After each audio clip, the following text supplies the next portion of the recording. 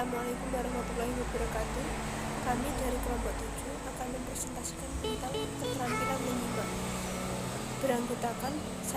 Harum Septiani Tias, NPM 2086 206087. 2. Irfan Nur Fadila, NPM 2086 206058. Pengertian menyimak. Menyimak merupakan proses kegiatan mendengarkan lambang-lambang lisan dengan penuh perhatian, pemahaman, apresiasi, serta interpretasi untuk memperoleh informasi, menangkap isi atau pesan, serta memahami makna komunikasi yang telah disampaikan oleh sang pembicara melalui ujaran atau bahasa lisan. B.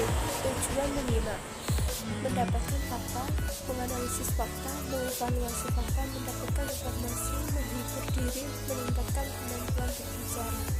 C. Tahap-tahap menyimak. 1. Menyimak secara nalar yang dilakukan secara berkala saat seseorang terlibat dalam suatu pembicaraan. 2.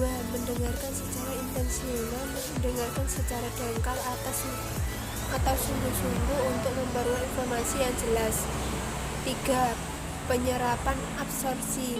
4. Menyimak sekali-kali, menyimak secara sebentar-sebentar, di mana perhatian seseorang tidak terlalu fokus pada topik. 5. Menyimak asosiatif. 6. Menyimak secara arif, menemukan pikiran atau pendapat berbicara. D. Jenis-jenis menyimak dibagi menjadi: A. Menyimak berdasarkan suara. 1. Interpersonal listening atau menyimak intrapribadi. Interpersonal listening atau menyimak intrapribadi merupakan suatu sumber suara yang disimak dan berasal dari diri sendiri. Hal ini terjadi di saat kita menyendiri namun nasib diri, menyesali perbuatan diri atau berkata-kata dengan diri sendiri. 2. Interpretasi listening yang menyimak antar pribadi. Interpersonal listening atau menyimak antar pribadi merupakan sumber suara yang disimak dan berasal dari luar diri penyimak. Hal ini sering kita lakukan misalnya dalam percakapan, diskusi, seminar, dan sebagainya. B. Menyimak berdasarkan simaan. 1. Menyimak ekstensif. Menyimak ekstensif adalah proses menyimak yang dilakukan dalam kehidupan sehari-hari, seperti menyimak radio, televisi, percakapan yang di pasar, pengumuman, dan sebagainya. Menyimak seperti ini sering pula diartikan sebagai kegiatan menyimak yang berhubungan dengan hal-hal yang umum dan bebas terhadap suatu bahasa. Jenis menyimak ekstensif dibagi menjadi 4, yaitu menyimak sekunder, menyimak ekstentif, menyimak pasif, menyimak sosial. 2. Menyimak intensif. Menyimak intensif adalah kegiatan menyimak dengan penuh perhatian, ketentuan, dan ketelitian sehingga menyimak memahami sesuatu yang mendalam. Jenis menyimak seperti ini dibagi atas beberapa jenis, yaitu menyimak kritis, menyimak introspektif, menyimak penyelidikan, menyimak kreatif, menyimak konservatif, menyimak selektif. Oke, menyimak berdasarkan titik pandang aktivitas menyimak. 1. Kegiatan menyimak bertaraf rendah. Kegiatan menyimak bertaraf rendah merupakan penyimak baru sampai pada kegiatan memberikan dorongan perhatian dan menunjang pembicaraan.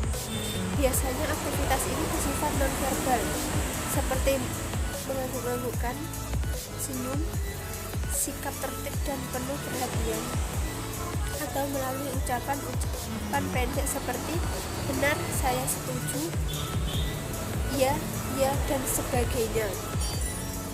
2. Kegiatan menyimak intensif bertaraf tinggi. Aktivitas menyimak yang bertaraf tinggi, penyimak sudah dapat mengutarakan kembali isi bacaan simakan.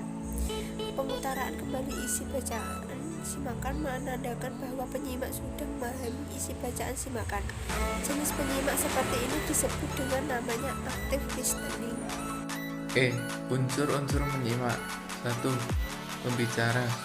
Yang dimaksud dengan pembicara ialah orang yang menyampaikan pesan yang berupa informasi yang dibutuhkan oleh penyimak.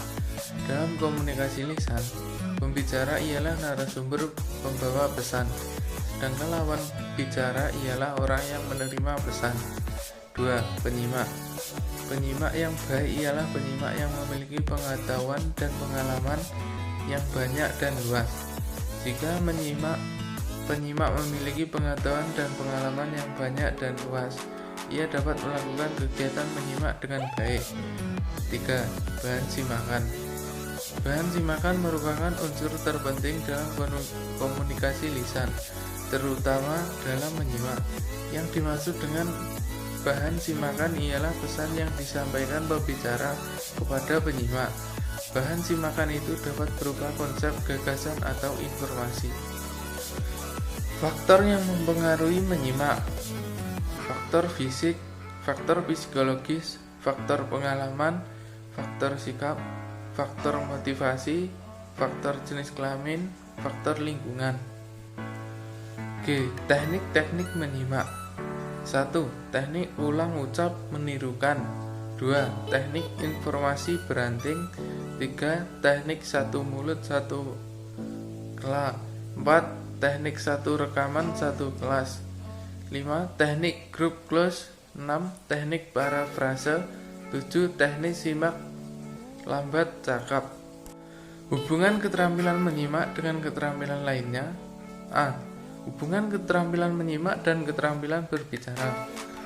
Keterampilan menyimak dan keterampilan berbicara merupakan bentuk komunikasi dua arah. Bentuk komunikasi dua arah itulah yang antara lain dapat melandasi pikiran untuk menguraikan hubungan keduanya. Lebih lanjut, Brok dalam tarikan menjelaskan bahwa menyimak dan berbicara merupakan kegiatan dua arah yang langsung, merupakan komunikasi tatap muka atau face-to-face communication. B. Hubungan keterampilan menyimak dan keterampilan membaca. Keterampilan menyimak dan keterampilan membaca seringkali diperoleh secara bersama-sama dan tunjang-menunjang, sehingga dapat dikatakan bahwa keduanya mempunyai hubungan yang sangat erat. C. Hubungan keterampilan menyimak dan keterampilan menulis. Sewaktu menulis, seseorang butuh inspirasi, ide, atau informasi untuk tulisannya. Hal ini dapat diperoleh dari berbagai sumber. Sumber tercetak seperti buku, majalah, surat kabar, jurnal, atau laporan. Sedangkan dari sumber tak tercetak seperti radio, televisi, ceramah, pidato, wawancara, diskusi, dan obrolan. Jika dari sumber tercetak informasi itu diperoleh dengan membaca, maka dari sumber tak bercetak diperoleh informasi itu dengan menyimak. Sekian presentasi dari kelompok kami. Bila ada kurang lebihnya mohon maaf. Wassalamualaikum warahmatullahi wabarakatuh.